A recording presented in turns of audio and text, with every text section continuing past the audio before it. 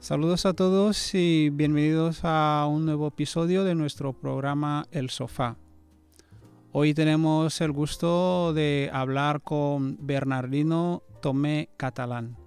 Bernardino es egresado de esa facultad, es pastor por muchos años, entre otras cosas, también es traductor de la Biblia. Hola pastor y bienvenido a nuestro programa. Muchas gracias por contar conmigo en ese programa del sofá. De hecho, es un placer y un privilegio que puedan haber contado conmigo. Muchas gracias. Sí, pastor, he tenido el privilegio de estar cerca de ti en esos últimos años. He conocido a su familia, su esposa Nemesia, que considero como mi madre, por ese corazón pastoral que tiene, por cómo recibe a la gente. También he conocido a vuestros hijos, que son de verdad una bendición, ¿no? Que de verdad que aman a la gente y de verdad eso me ha ayudado también a saber más de vosotros. De hecho, yo sé que hablas muchos idiomas, hablas un poco de francés, hablas un poco de inglés, hablas español, hablas el fadambo, hablas el pichi. Y pastor, quisiéramos saber más de ti. Háblanos más de ti. Bueno, has olvidado la otra de las lenguas que el Señor me ha bendecido, es hablar ruso. El ruso, sí, el Sí. ruso, sí. Pues hablar un poco de mí, por supuesto, quizás requiera mucho tiempo, pero voy a intentar ser escueto, breve, directo. Me llaman Tony Kichi Mensambele o Tony Mebana. Este es el nombre que cuando yo, en mi seno familiar, me llamaban así, hasta que descubrí con los 7 años que tenía un nombre español, Bernardino. De hecho, me gustó el nombre. Yo digo, papá, qué bonito nombre, ¿no? Y con el paso del tiempo, pues ya me identifiqué como Bernardino en la sociedad, pero el nombre de Tony Mebana, Tony Kichi Mebana, o Aboki, que es ¿cómo se llama? El nombre futbolístico en aquel momento, porque ahí también fui joven y jugué a fútbol. Entonces, a lo largo del tiempo me casé junto con mi esposa, Nemesia Burgo Bizantino. El Señor nos bendijo con 5 niños, entre ellos 2 niñas y 3 niños, y eso sin contar a los que el Señor fue añadiendo, que son hijos espirituales, sobrinos, sobrinas, y entonces en mi casa, como decimos en África, donde come 1, come 2, come 3, come 4, y así hasta que estamos aquí en España. Pues me alegro, como lo he dicho, de verdad que tienes una familia preciosa, de verdad. Muchas gracias. De verdad. Sí, pastor, muchas veces la gente, bueno, no hacen esa pregunta a los pastores, pero nos gustaría hacerte esa pregunta. ¿Cómo fue esta experiencia, ese primer contacto con el Evangelio? ¿Cómo conociste al Señor? Mira, si le cuento un poquito, quizás para no alargar mucho, crecí en un seno familiar cristiano. Mi madre era devota católica y nos inculcó el temor de Dios. De hecho, en mi casa creo que de los pocos hogares católicos que se hacía devocional. Mi madre nos ponía a leer el catecismo y todo esto. Y creo que fue un fundamento muy bueno hasta llegar a la adolescencia. Por lo tanto, entre comillas, creía conocer al Señor, pero no le conocía al Señor. No le conocía ni tuve relación con Dios. Hasta después de mi graduación de la primaria a la secundaria, después de la secundaria, pues estudié en lo que llamamos en mi país, en aquellos tiempos, la Escuela Superior de Magisterio.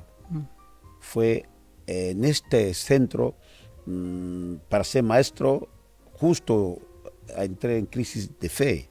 Entonces ya no creía en Dios, llegué a ser medio, no sé si decir ateo, pero más gnóstico.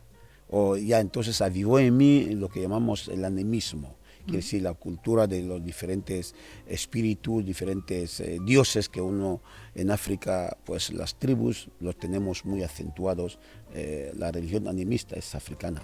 Sí. Así que fue, por lo menos, mi trasfondo cristiano, entre comillas, que más tarde ya tuve un encuentro con el Señor después. Qué bueno, de verdad que sabemos ahora que estás como de viaje y todo viaje tiene su punto de partida, ¿no? Sí. Estás en ese camino de servir al Señor y es importante, ¿no? También recordar esos momentos, ¿no? De cómo uno tiene ese encuentro con el Señor. Y no solamente te convertiste, el Señor te llamó al ministerio, que también es importante saber cómo el Señor te llama al ministerio y cómo respondes al llamado. Gloria a Dios. Gloria a Dios. Mira, contar esa etapa de mi vida, puedo ver la mano de Dios en todos los aspectos.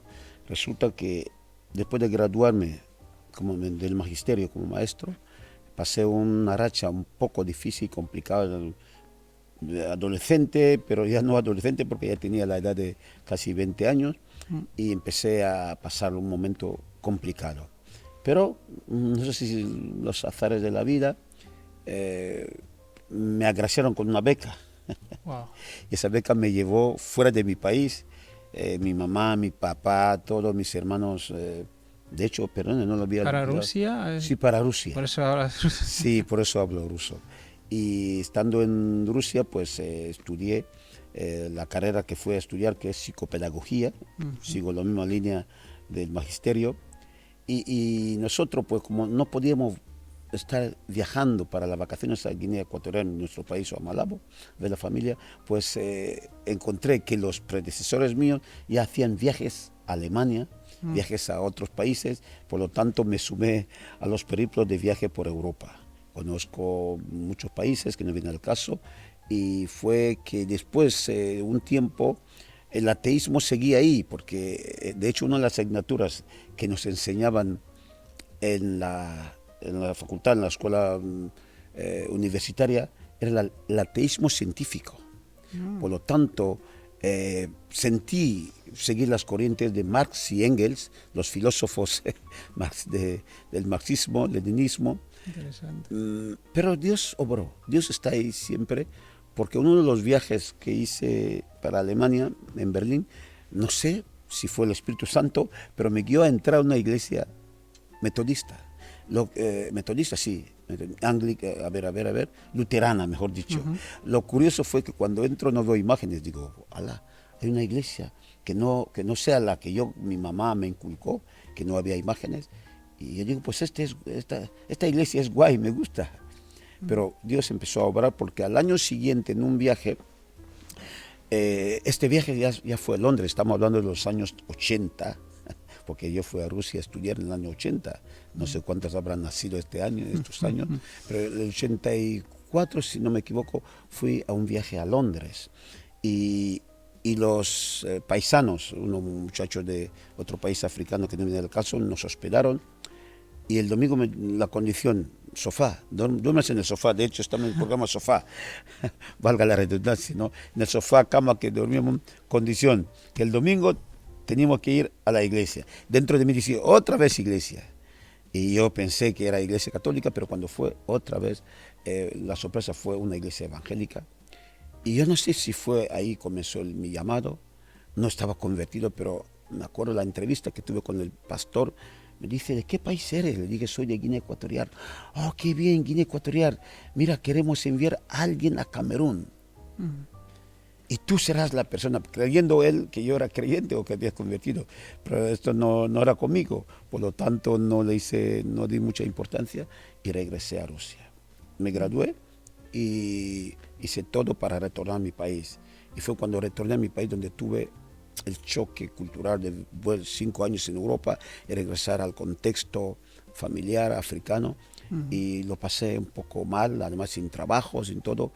Y fue como Dios empezó a obrar, porque me llevó a trabajar en una agencia donde todos eran creyentes menos un agnóstico ateo que soy yo. Y ahí los compañeros oraban y empezaron a hablarme del Señor. Pues con la situación que estaba atravesando, ya estaba casado, A propósito, ya tenía a mi esposa con los 2 hijos mayores. Y el Señor ablandó mi corazón. Uno de los compañeros me guió a los pies del Señor. Yo acepté a Cristo, no con ellos, sino después salí y conocí al Señor. Fue un momento que todavía recuerdo y veo como si Dios estuviera conmigo. Porque a partir de ahí hubo un cambio, vi la mano de Dios haciendo milagros. Mi esposa a poco tiempo también se convirtió y decidimos servir al Señor. Qué bien, qué bien, qué bien, pastor. Pastoreaste en Malabo. Sí. En la iglesia central. Sí, yo pastoreé la iglesia central de una forma que yo en el año 90, yo me convertí en el año 89, todo el año, este año batallando, pero al final de 89 me dice mi jefe en la agencia, oye, que tienes que ir a Nigeria, hacer un viaje a Nigeria para prepararte porque yo te quiero usar como jefe, valga la palabra, ¿no? Jefe de la agencia. Me entusiasmé en un principio, yo ya era creyente, ya estaba dando los pasos en búsqueda del Señor. Yo no sabía que el viaje a Nigeria fue ¿cómo se llama? El cúspide de mi llamado. Entonces voy a Nigeria, me lleva a Nigeria mi jefe, y en Nigeria pues tuve un llamado a través del ministerio de aquellos momentos, todavía sigue vigente este ministerio, un predicador, Jimmy Swaggart. Y viendo los programas de Jimmy Swaggart, algo empezó a romper dentro de mí. Empecé a quebrantarme sin por qué. Y yo mismo me hacía esa pregunta, ¿por qué? ¿Por qué estás llorando? ¿Qué está pasando? Y yo creo que fue ese momento que el Señor tocó mi vida, empezó y ahí recibí una inquietud de regresar lo más pronto posible a Guinea. Y llegar a Guinea, mira lo que pasa, llego a Guinea, empiezo a congregarme en una iglesia, justo esta iglesia que luego yo sería el pastor, y llegué ahí, me ofrecí al pastor, y digo, mira, aquí estoy, ¿qué hace falta? Me ofrecí de ujier, y fui ujier, me ofrecí de maestro de la escuela dominical, por la profesión que ya había aprendido en el pasado. Y esto me ayudó a ser no solamente maestro de la escuela dominical, dominical de los jóvenes, sino también pastor de jóvenes. Todo esto en un periodo muy corto. A mí me sorprende cuando he hecho una mirada, y fue en este momento que Dios me llamó al pastorado, porque algunos hermanos de la iglesia me decían, ay, tú tienes cara de pastor. Yo no sabía si por la cabeza, que el pelo no lo tengo suficiente, pero algo empezó el Señor a inquietar mi vida, y más sobre los jóvenes. Porque yo siempre decía que no me hubiera gustado que los jóvenes de mi país vivieran el pasado que han afrontado nuestros padres, nuestros abuelos. Un cambio de mentalidad, eso es lo que yo quería, y Dios me dio esa oportunidad. Y en ese tiempo, en Malabo, bueno, en Guinea Ecuatorial, había misioneros que estaban trabajando con la iglesia, porque se supone que en esos años aún la iglesia casi la estaban llevando los misioneros, y pudiste trabajar con los misioneros. Sí. En ese momento justo estuve trabajando con los misioneros de las Asambleas de Dios que estaban en aquel momento comenzando la obra, una obra pionera. La iglesia estaba en sus inicios. De hecho, cuando me convertí, visité la iglesia, pero había un temor dentro de mí, ¿qué estarán haciendo? Pero fue lo contrario, cuando el misionero que encontré en mi viaje de Nigeria me recibió con los brazos abiertos, me dio la oportunidad de ser útil en la iglesia, porque yo no fui para sentarme, yo siempre me gusta recalcar esto. Por lo tanto, ahí estaba yo poniéndome en las manos del pastor, que la palabra quiere decir que poniéndome en las manos del Señor. Entonces el pastor contó conmigo, y estamos hablando del 90 a 92, 3, yo ya era el copastor o pastor asociado.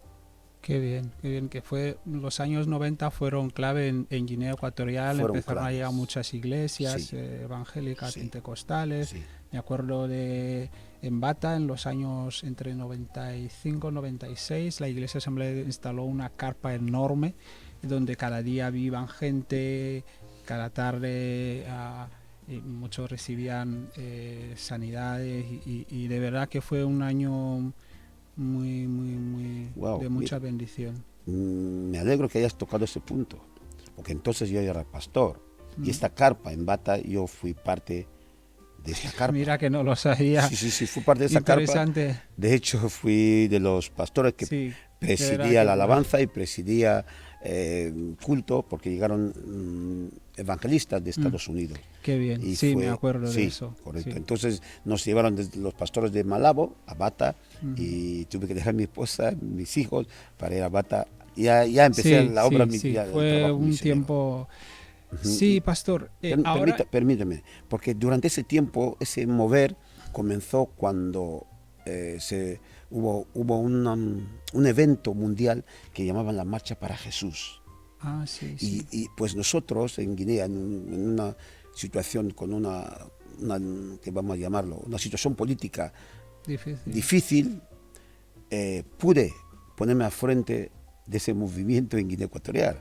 De Marcha para Jesús. De Marcha para Jesús. Qué bien. Los pastores, por supuesto, no veíamos ninguna puerta abierta, pero yo por fe digo, de hecho les desafío, digo, pastores, hombres, somos hombres de fe, aunque la situación política no nos permita, pero tenemos un Dios todopoderoso, un Dios que todo puede hacer. Es el mismo Dios que abrió el Mar Rojo. Vamos a creer. Entonces, todos los dedos de los pastores apuntaron hacia mí. Entonces, tú tienes la visión, pues ves delante. Qué bien. Yo me acuerdo de verdad, sí, haber Marcha asumido... para Jesús, oí hablar de eso, no pude, aún era, pero Sí, eso fue un momento bueno. Ahora, pastor, vamos a hablar. Ahora ya está, sales de Malabo, ya pastoreando, y vienes a España.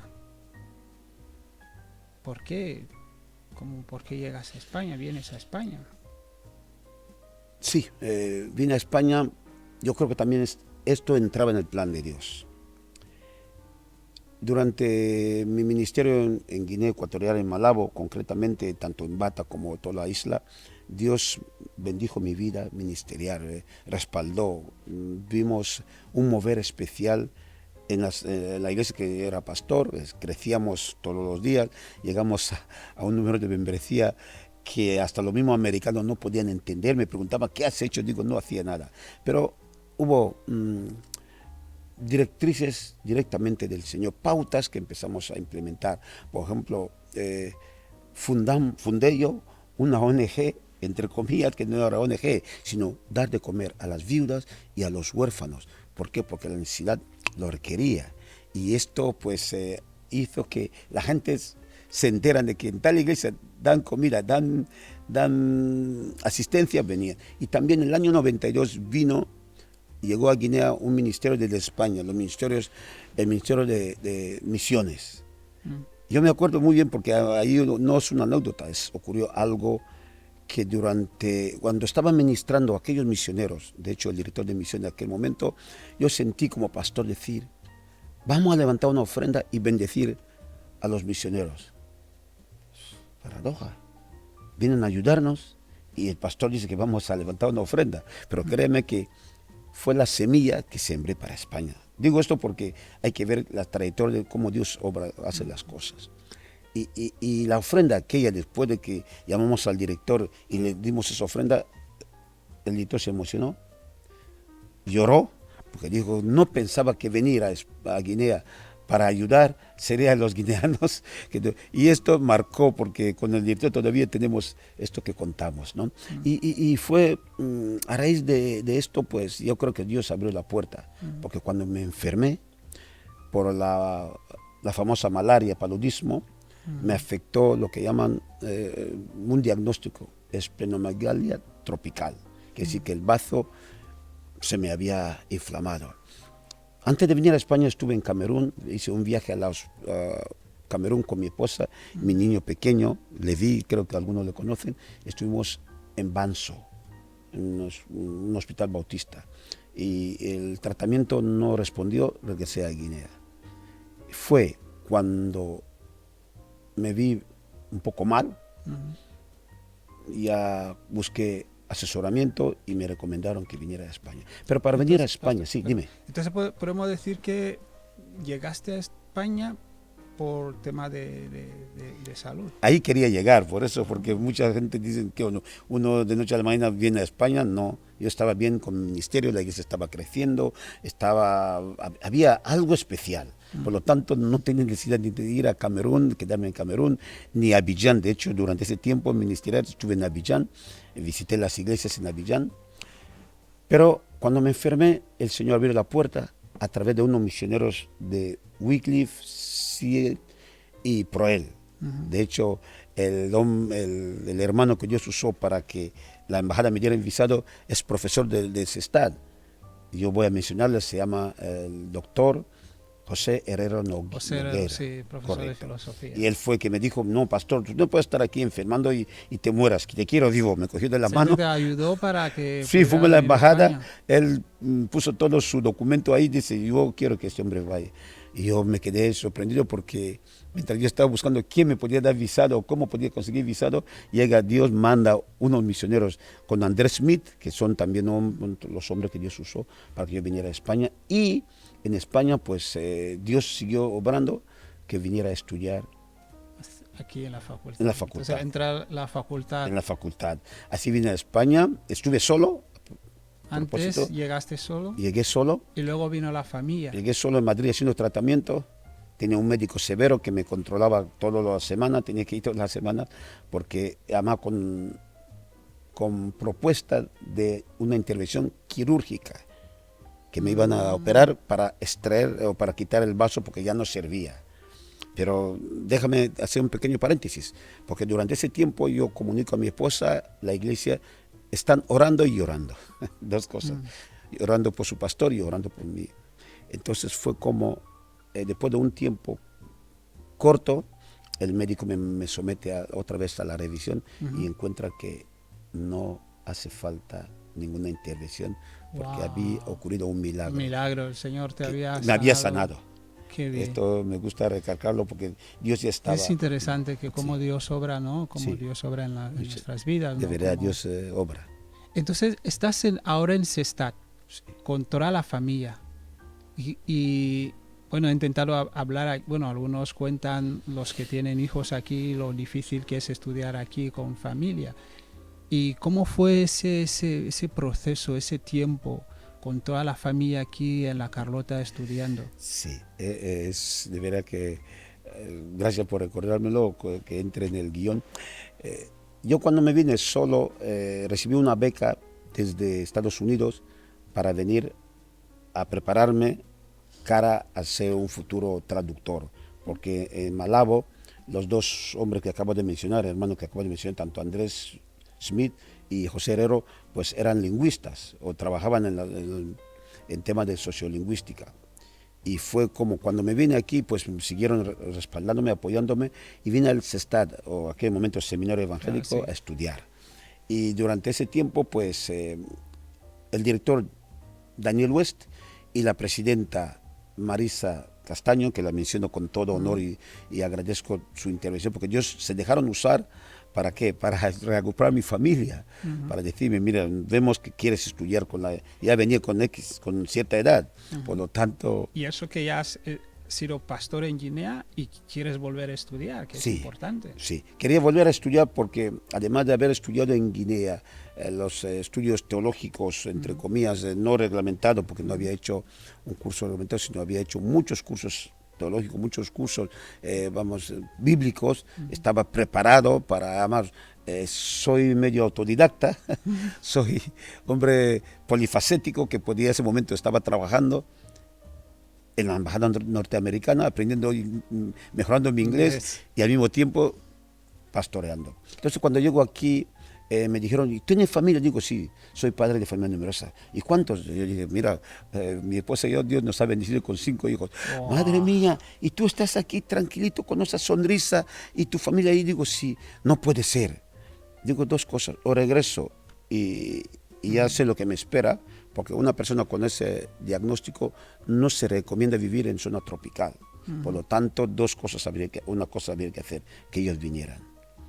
Entonces te ayudaron. Me ayudaron, hicieron todas las gestiones. En aquel momento el presidente de la Asamblea de Dios, le menciono también con honor, hermano José María Baena, con su equipo, con toda la junta directiva, se llama, ¿no? Ejecutiva, pues todos dieron su ok y era para que la familia viniera. Entonces cuando vino la familia, nosotros empezamos, mi esposa y yo también recibimos una beca y empezamos a estudiar.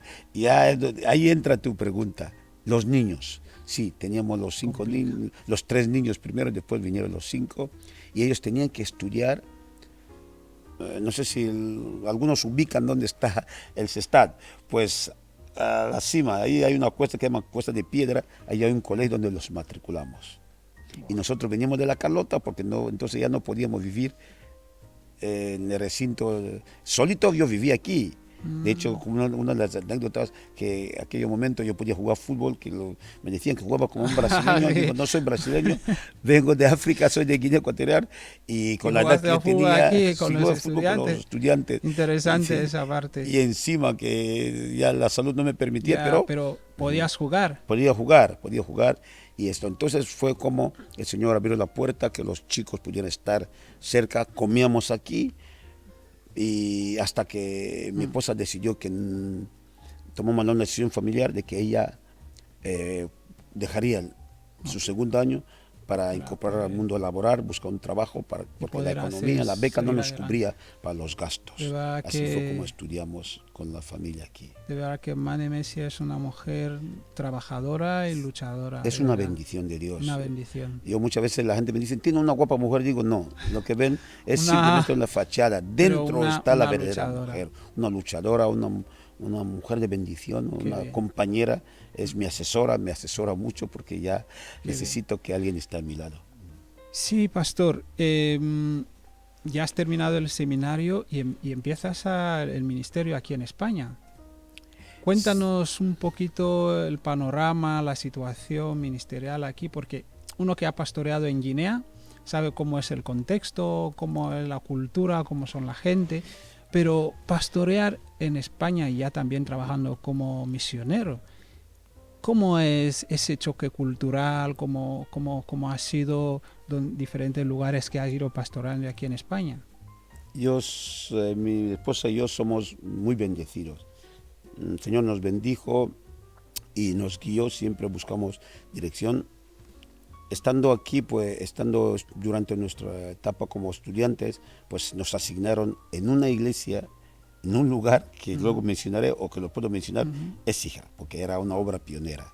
Mientras estábamos ahí, pues hubo una situación que nos hizo volver a CESTAD. ¿Para qué? Para que de esta manera pudiéramos ir a la iglesia de Comunidad Amor Cristiano de Córdoba. Ahí fue como le honro y le menciono con todo honor y todo privilegio. El pastor Esteban Muñoz fue nuestro pastor todo el tiempo. De hecho, yo creo que va a seguir siendo mi pastor en España, nuestro pastor. Y porque él fue a través de su ministerio o a través de la iglesia Comunidad Amor Cristiano que aprendí el tema cultural para ser pastor eficiente en este país. Pues pastor, vamos a ir terminando nuestra entrevista y quisiéramos hablar de los diferentes proyectos. Yo sé que estás trabajando en muchos proyectos y entre esos proyectos está la traducción de la Biblia a Fadambo. Háblanos un poquito de cómo ha sido ese proyecto, cómo se inicia, cómo viene la idea de traducir la Biblia. Pues uno de los objetivos que seguimos fue venir aquí, prepararnos para ser traductor, porque uno de los requisitos para Wycliffe Seed Company o Soma Institute of Linguistics o también ProEL, pues era preparar a alguien capacitado. Eso lo hace el trabajo más fácil, porque normalmente muchos traductores no pasan por cursos teológicos, solamente ofrecen su lengua o son traductores nativos, pero la ventaja de un traductor preparado es el caso mío. Por lo tanto, cuando me gradué, tuve que ir a hacer un máster con ProEL en lingüística en la Universidad de León, respaldado por la Universidad de León, lo cual era estudiar herramientas, coger nuevas herramientas. Los años están yendo, ya no soy tan joven, por lo tanto, pero Dios estuvo con nosotros porque a raíz de ello trabajamos por 18 años para terminar un Nuevo Testamento. Puede usted tomar. Nuevo Testamento en la lengua fadambo. 18 años 18 para tener años eso. durado esto. Y durante esos 18 años doblamos 3 películas.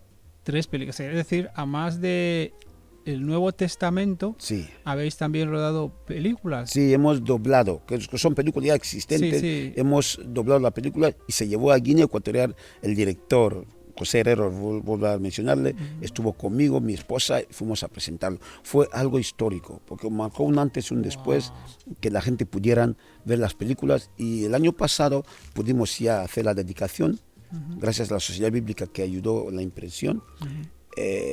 Lo honro también a la Sociedad Bíblica por el apoyo. Pudimos también enviar las cajas y con ello ya tenemos, el año pasado se dedicó, se presentó y fue un momento de fiesta.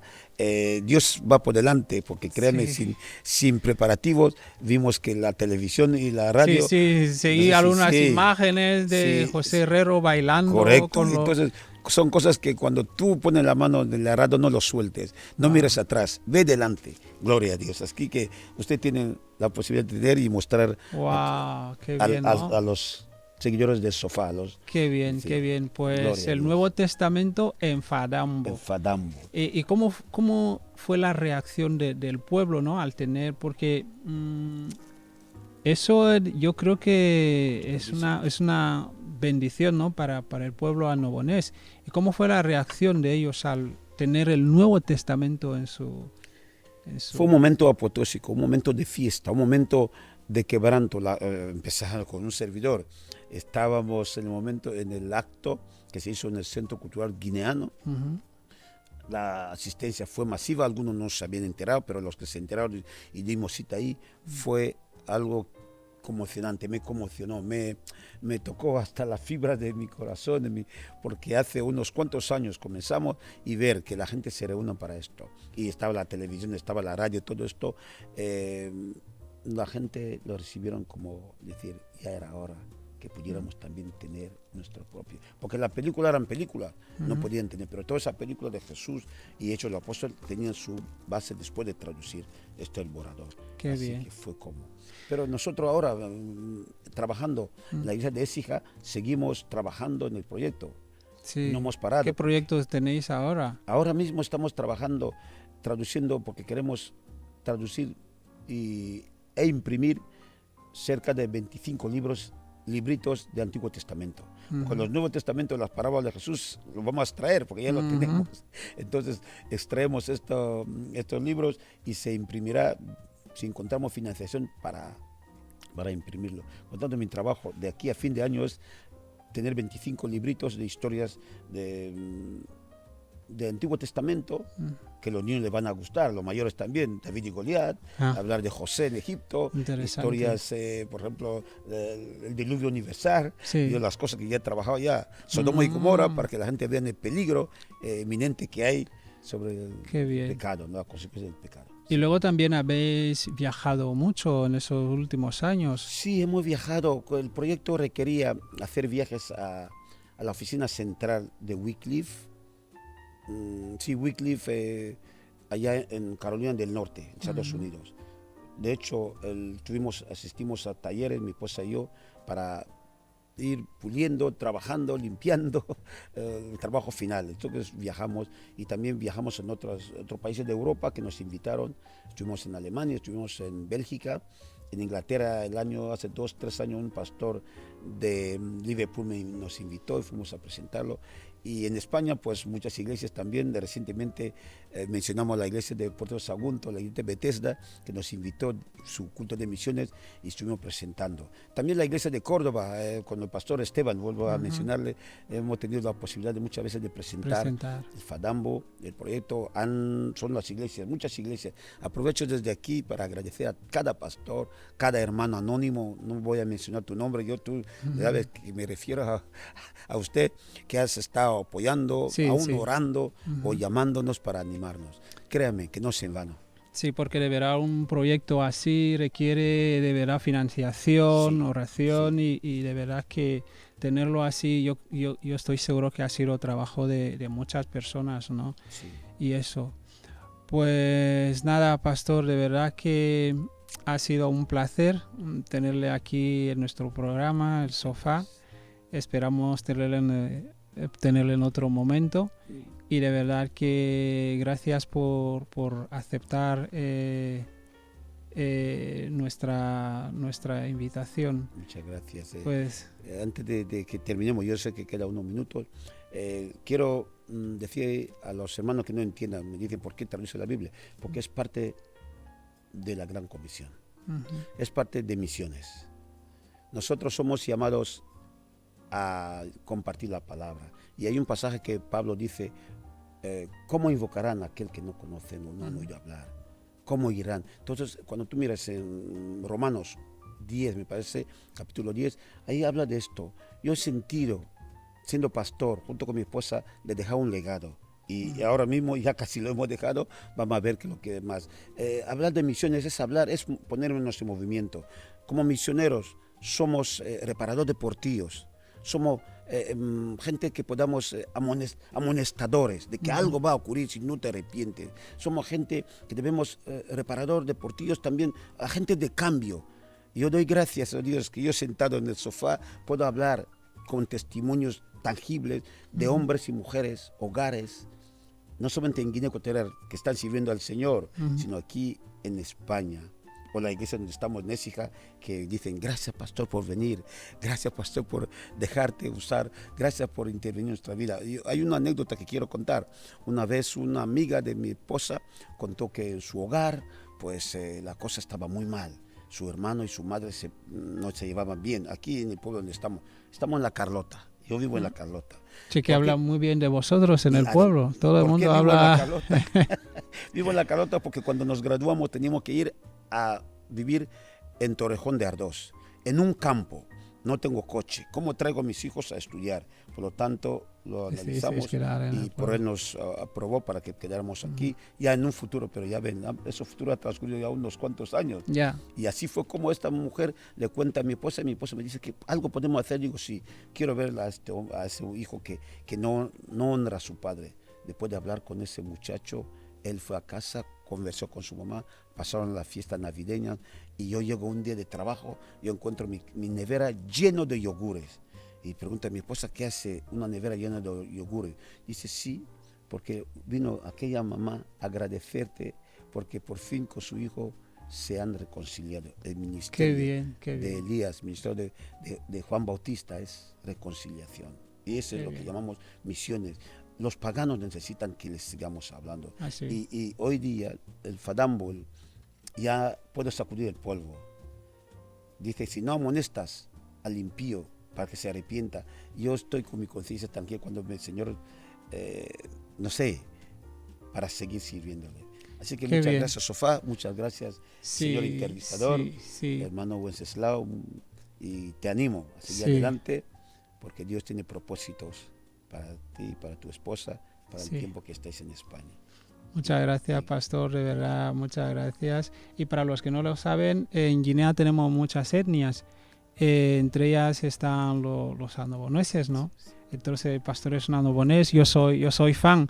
Entonces, para los andoboneses, de verdad, los andoboneses hablan Fadambo. Entonces, la Biblia, el Fadambo. Pues gracias, pastor, gracias por aceptar nuestra invitación. De verdad que ha sido un placer poder estar contigo. Pues nada, hasta aquí nuestro programa. De verdad, les agradecemos por estar ahí. Nos vemos en el próximo episodio. Que el Señor les bendiga. Zama Abaranamina. Muchas gracias. Amén. Deus pagar.